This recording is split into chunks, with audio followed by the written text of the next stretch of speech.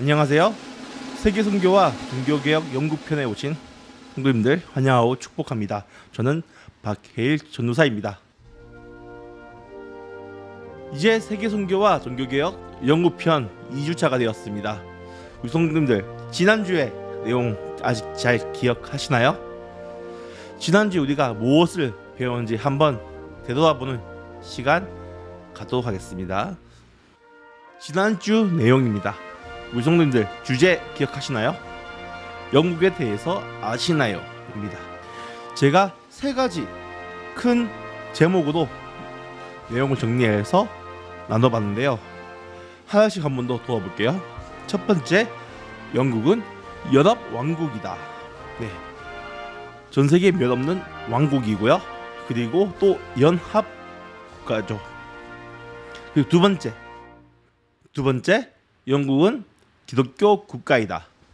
영국은 국교가 성공회입니다. 그렇다고 모든 영국 전체가 성공회는 아니에요. 스코틀랜드는 장로교가 주교라고 했죠. 그리고 세 번째, 영국은 해가 지지 않는 나라였다. 대영 제국이라는 이 제국 시절 때 전 세계에 많은 식민지를 보유하고 있었고요. 그리고 그 식민지 나라들을 체크하니까 영국이라는 나라 자체가 해가 지지 않더라. 모든 시간대에 나라가 있더라는 것입니다. 그렇다면 그것을 가지고 오늘 주제로 넘어갈 텐데요. 오늘 주제입니다. 두 번째 주제는 바로 이것입니다.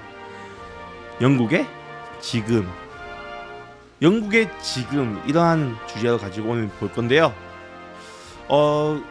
어떻게 보면 오늘 주제는 조금 더 무거운 주제일 수도 있습니다. 아니면 우리가 뉴스에서 다루던, 시사에서 다루던 내용도 아주 조금 들어가 있는데요. 이것을 이해해야지 지금 영국이란 나라에 대해서 이야기할 수 있을 것 같습니다. 오늘 이야기할 두 가지 포인트를 한번 보도록 하겠습니다. 첫 번째, 탈출. 두 번째, 변화입니다. 이 주제를 가지고 오늘 볼 건데요. 탈출과 변화. 대체 무엇을 이야기할지 감이 오시나요? 그러면 한번 시작해 보도록 하겠습니다. 첫 번째, 탈출입니다. 브렉시트입니다. 우리 성도님들, 이 브렉시트가 무슨 말인지 아시나요? 이 브렉시트란 말은 브리티시와 이 엑시트란 단어의 합성어입니다. 밑에 적혀있지만 브리티시는 영국을 뜻하는 거고요. 그리고 엑시트는 퇴장, 탈출, 출구, 이러한 단어의 뜻이죠. 보통 우리가 나가는 문 보면 그 위에 엑시트라는 글이 있습니다. 그 말은 출구라는 뜻입니다. 그렇게 출구한 단어가 가지는 이 엑시트가 이 브리티시와 합쳐졌을 때 브리티시라고 됩니다. 근데 발음은 브렉티시라고 되는 거죠. 브렉 엑시트. 그래서 브렉시트. 그러면 이 주제가 왜 나왔을까? 우리 한 번 더 그 내용을 보도록 하겠는데요. 이 그림은 보시면 큰 그림에 영국이라는 지도가 딱 빠져 있습니다. 그렇죠? 그러면 좀 더 내용을 들어가 볼게요. 이 브렉시트에 대해서 알려면 EU라는 말에 대해서 먼저 알아야 되는데요. 이 EU라는 것에 대해서 아시는 성도님도 계실 거고요. 모르는 성도님도 계실 거라 생각됩니다. 먼저 우리 성도님들, 유럽은 아시죠? 유럽 영국, 프랑스, 독일, 네덜란드 그리고 많은 나라들이 있습니다. 스페인도 있고 이탈리아 있고요. 노르웨이, 스웨덴, 덴마크, 그리고 많은 나라들 여기 있죠, 지도에. 이것을 유럽 대륙이라고 합니다. 아시아 대륙, 아프리카 대륙, 그리고 이제 아메리카 대륙, 이렇게 말하는 것처럼 말이죠. EU는 유럽 연합입니다. EU에 등록된 나라는 28개 국가입니다. 이 EU는 하나의 통화를 쓰고 있는데요. 바로 유로라는 통화입니다. 우리가 프랑스, 독일, 네덜란드, 이탈리아, 스페인 이런 나라들 여행을 가면요, 보통 유로로 환전을 해야 돼요. 그러면 영국도 마찬가지일까요? 아닙니다. 영국은 그거에 반대를 하죠. 그래서 영국만 무엇을 쓰냐면 그 나라가 원래 쓰던 파운드를 씁니다. 이런 것들이 다른 걸 옛날부터 영국은 뭔가 이제 유럽과 다르게 나아가려고 했죠. 그리고 결국 영국은 유로와 이별을 통보합니다. 지금 이제 유럽 EU에서 영국은 빠지게 되었어요. 그래서 28개국이 아니라 27개국이 되었죠. 그렇다면 왜 영국은 EU를 탈퇴하려고 하였나를 한번 되돌아보겠습니다. 이게 정말 깊숙이 들어가 보지 않고요. 그냥 전혀 큰 틀만 가지고 이야기할 거고요. 이 이유 말고도 수많은 이유가 있을 겁니다. 저는 그 가운데서도 우리가 이해하기 쉬운, 그리고 우리에게 와닿는, 그리고 제가 강의하는 주제에 맞는 그 테마를 가지고 나왔거든요. 그래서 이것들만 먼저 이해하셔도 어느 정도는 이해가 가실 거라 생각이 듭니다. 먼저 첫 번째, 유럽 3위 국가 영국. 이게 보시면 아시겠지만 영국은 늘 3위였습니다. 1위는 당연히 독일이죠. 그리고 2위는 프랑스, 그리고 3위는 이탈리아와 영국이 늘 가지고 있었습니다. 왜 3위일까요? 이건 사실 밑에 보시면 알겠지만 각국별 의석수는 리스본 조약에 따라 인구 비례 등 감안해 결정했다라고 합니다. 인구 수에 맞게 의석수도 정하는 겁니다. 그랬을 때 독일은 나라는 너무나도 크고요. 너무나 사람이 많습니다. 그렇기 때문에 거의 96석을 가지게 되죠. 항상 영국은 유럽 안에서는 3위였습니다. 근데 그거에 비해 분담금이란 것이 있습니다. 분담금은 각 나라에서 국가 순생산 비율에 따라 회원국에 할당되어 유럽연합에 납부한 예산입니다. 그러니까 국가의 생산량을 비율로 해서 이 EU에 돈을 내야 돼요. 그러면 이 돈을 가지고 무엇을 하냐? 이 EU에 소속되어 있는 나라 중에 힘든 나라를 도와주고, 그리고 이 돈을 킵해서 어떠한 일이 일어났을 때 그것을 사용하기 위해서 돈을 거두거든요. 보시면 독일이 243억 정도 든다고 하고요. 프랑스가 190억. 근데 여기서 또 3위가 영국입니다. 182억이 되는 거죠. 이탈리아는 국민은 많지만 국민 순생산량이 작기 때문에 142억 유로까지밖에 안 됩니다. 영국은 수는 적지만 생산량이 많고 돈이 있기 때문에 이 정도 돈을 내라가는 것입니다. 이것에 대한 영국의 불만이 생기기 시작합니다. 그리고 다른 이유가 또 있는데요. 이것은 제가 추측하고 파악했던 것입니다. 뭐냐면 유럽 난민의 증가였습니다. 유럽에 들어오는 중동, 아프리카의 난민들이 많아지고 있었습니다. 사실 이 난민들이 보통 뭘로 오냐면요, 육로로 올라오고요, 아니면 바다로 올라옵니다. 보면 이렇게 봤을 때 육로로 올라오면 동유럽, 아니면 남유럽이겠죠. 이제 스페인이나 이탈리아, 그리고 이제 불가리아나 이쪽으로 이제 올라옵니다. 근데 이 나라들이 대부분이 좀 가난해요. 돈이 많지 않은 나라죠. 그렇기 때문에, 근데 이 나라들이 EU에 속해 있기 때문에 이 난민들이 왔을 때 유럽은 이 난민들을 수용하자라고 정하게 됩니다. 그래서 난민들을 수용하는 숫자가 보이시죠? 이만큼의 인원을 이제 수용하고 돈을 내야 돼요. 근데 여기를 보시면요, 영국 11만 명을 수용합니다. 엄청 많은 돈을 내야 돼요. 뭐 2조 3,242억을 내죠. 근데 프랑스 보십시오. 25만 명을 받는데요, 2조 2,917억 유로를 냅니다. 수는 더 많이 받지만 프랑스 영국보다 적게 내죠 돈을. 독일 보십시오. 144만 받는데요. 3조 2천억 유로를 냅니다. 영국은 11만. 그러니까 그게 큰 수는 받지 않다 생각하지만 돈을 많이 내야 돼요. 그 이유가 뭐냐면 영국은 나라가 작거든요. 그 작기 때문에 수용 인원이 한계가 있습니다. 하지만 독일, 프랑스 땅이 넓어요. 근데 수용 인원이 그래서 많은 거죠. 근데 영국은 수용 인원이 없지만 유로에 대한 돈이 너무나 많은 겁니다. 사실 영국은 지금 이 난민 수용한 것에 긍정적이지 않거든요.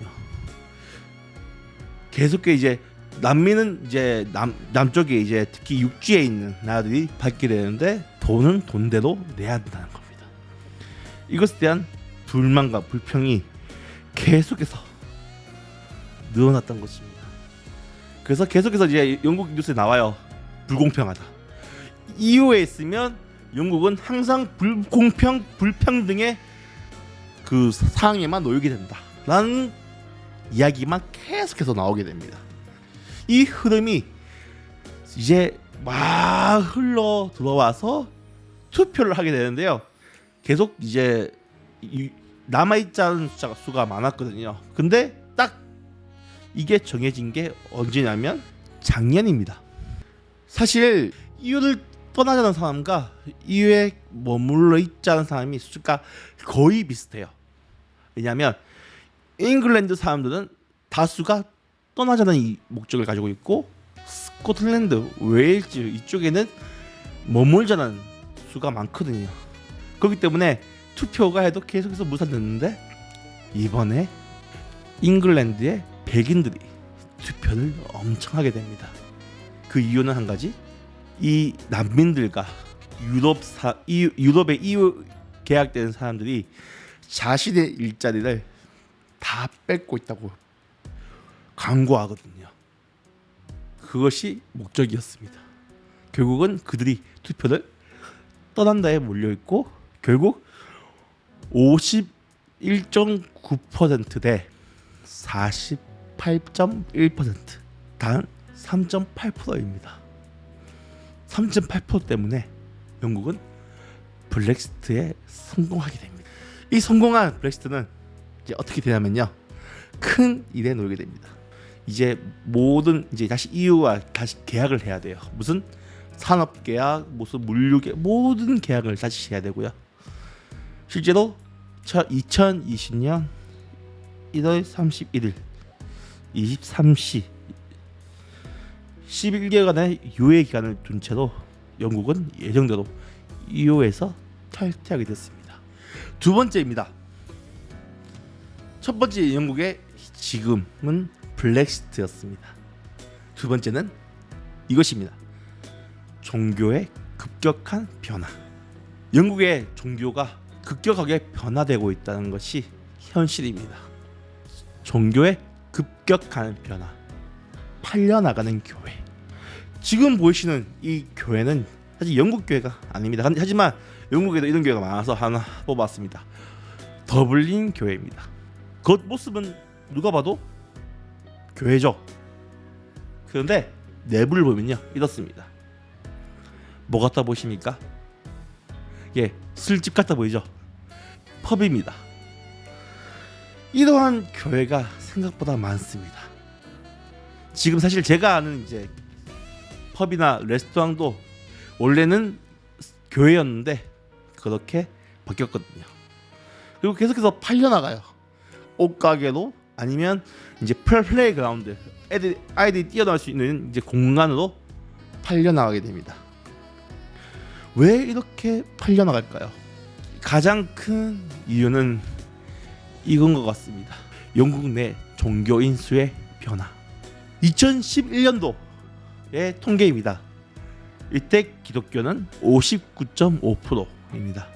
그리고 무종교인은 25.7%, 이슬람이 4.4%, 그리고 힌두교 1.3%, 시크교 0.7%, 유대교 0.4%, 불교 0.4%, 그리고 다른 종교가 0.4%고요. 뭐 나는 아무것도 안 서 있다, 아무것도 아니다 하는 사람이 7.2%였습니다. 무응답이죠. 그런데 2018년도에 또 통계입니다. 어떻습니까? 무전교 52%,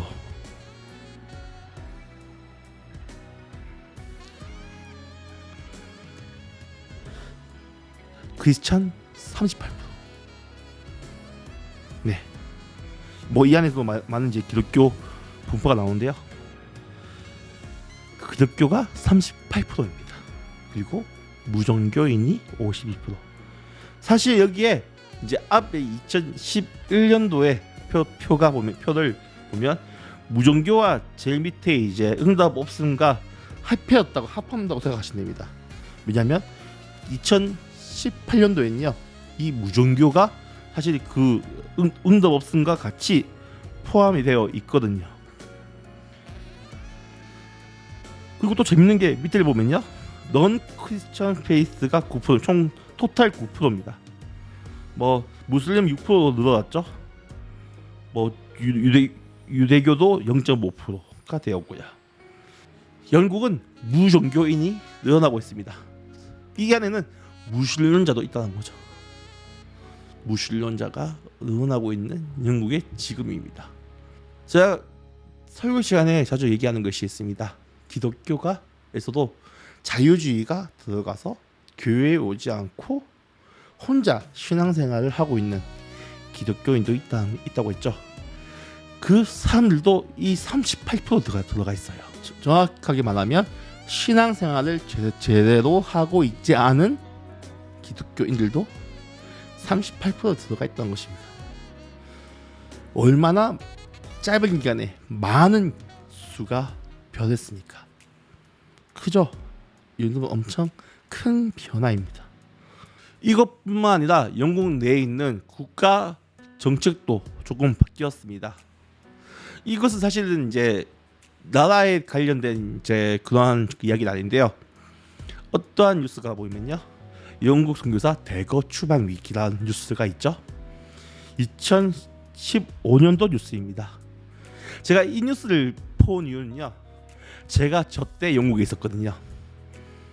영국에서 이제 한국에 들어오는 날, 해가 2015년도입니다. 이런 뉴스가 왜 나오게 되면요, 영국의 이민 정책이 강화가 됩니다. 이 기간에. 그 전까지는 이제 저는 종교인 비자로 해서 영국에 있었어요. 그래서 영국에서 정해주는 종교적 사역을 할 수 있는 권한이 있는 그러한 비자를 제가 받고 영국에 나가게 되거든요.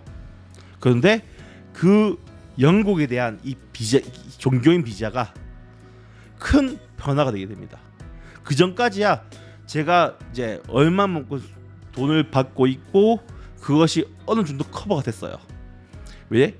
이제 단체가 있고 단체에서 이 사람을 책임질 수 있고, 그리고 제게 들어오는 통장에 돈을 이렇게 보여주면 어느 정도 커버가 가능했거든요. 근데 이제 이 커버가 안 되게 됩니다. 이제 선교사들도 국가의 최저임금제를 맞춰야 되는 일이 벌어졌어요. 영국은 최저임금제가 꽤 높습니다. 그래서 거의 한 달에 200만 원 아니면 200만 원 좀 넘게 돈을 받아요.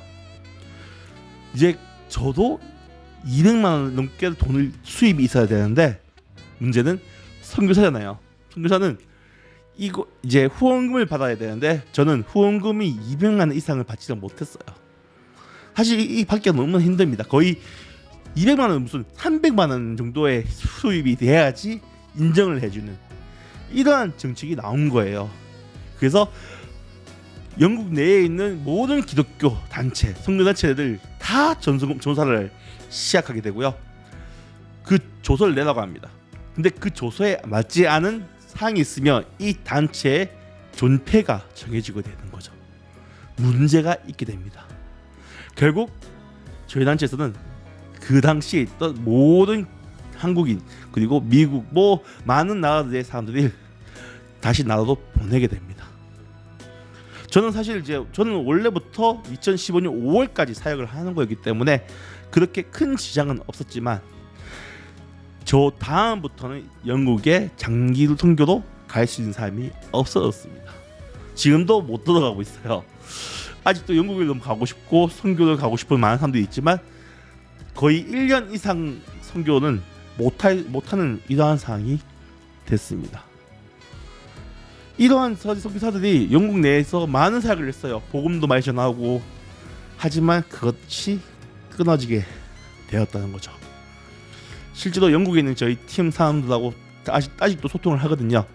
소통을 하다 보면 상황을 얘기를 해줍니다. 대부분 영국인으로 사역을 하고 있고 아니면 이미 오랫동안 영국에 살아서 영국 시민권을 가진 선교사들이 그나마 영국에서 생활하고 있고요. 아닌 사람들은 다 나갔다고, 한동안 정말 힘들었다고 얘기를 합니다. 지금은 조금 안정되었습니다. 그리고 영국은 들어갈 수도 있습니다. 하지만 3개월까지 여행 비자를 가지고 들어갈 수 있는 그런 상황이고요. 아니면 학생 비자로 들어갈 수 있는 이러한 사항만 주어졌습니다. 지금까지 약간 슬픈 그리고 안타까운 변화만 봤으면 최근에 코로나로 인해서 조금 희망적인 변화도 생겼는데요. 바로 이겁니다. 영국 기독교인의 회귀. 영국의 교회들이 조금씩 회복하고 있다는 것입니다. 사실 제가 이제 영국을 나오고 난 뒤에 어떤 이야기가 나왔냐면요. 영국에 있는 청소년들이 다시 교회를 가게 되고 있다는 이야기를 들었습니다. 영국에서 뭐 교단 상관없이 연합해서 청소년 사역에 집중하게 되었고요. 그 사역이 빛을 발하게 됐다는 것입니다. 그리고 현대인의 사회에 지친 사람들이 좀 전통적인 것을 찾기 위해서 성공의 교회로 다시 돌아가게 돼서 성공의 교인들이 좀 늘어났다는 뉴스도 봤습니다. 실제로 그런 일이 일어나고 있고요. 특히 이번 코로나로 인해서 사람들이 지치고 몸이 지치고 답답하면 그것을 치유받기 위해서 무엇을 찾죠? 자기들이 믿던, 자신이 기억에 있던 바로 그곳 교회를 가게 되는 거죠. 그래서 교회를 가는 성도가 또 늘었다고 하고요. 또 온라인 사역이 많이 활성화가 되어서 안 믿던 성도들이 온라인으로 많이 교회를 접근하게 되었습니다. 많은 전략이 바뀌었어요. 앞에서 말씀드렸지만 이제 또 저희가 마지막 주 4주차에도 이야기했겠지만 이 난민에 대해서도 사역이 많이 활성화가 되었거든요. 지금까지 영국의 지금에 대해서 한번 나누어 봤습니다. 어떠신가요? 지난주에 봤던 이제 왕국, 연합 왕국, 뭐 또 이제 무엇이 있죠? 제국이 있죠. 그리고 또 기독교, 막 이러한 것들을 우리 함께 지난주에 봤다면 오늘은 뭔가 연합이 아닌 끊어짐, 기독교의 하락, 이러한 얘기를 좀 해보았습니다.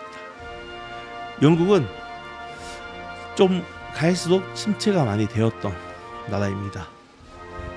이러한 나라는 또 놀라운 게 있는데요. 바로 기독교와 관련돼서 엄청 큰 일이 있었던 나라인데요.